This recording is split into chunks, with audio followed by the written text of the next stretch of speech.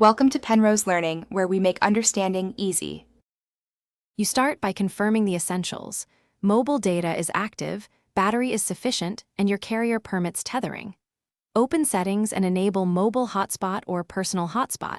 This creates the wireless network your laptop will join. Next, set a clear SSID name and a strong password so only you connect, and pick 4 GHz for range or 5 GHz for speed. Once done, keep the hotspot screen visible while you proceed to the laptop steps so you can confirm details quickly. On your laptop, open the Wi-Fi menu and locate the SSID you configured on the phone.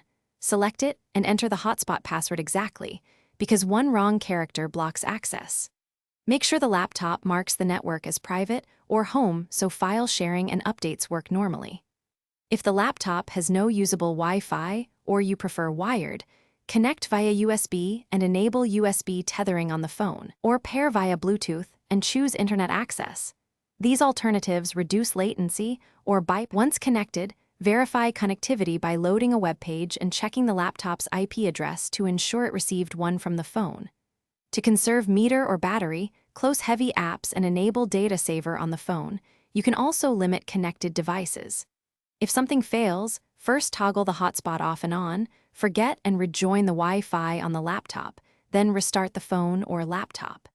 If issues persist, try USB tethering to isolate wireless problems and rule out carrier restrictions. Thanks for watching. If this was helpful, leave a like and consider subscribing. See you next time.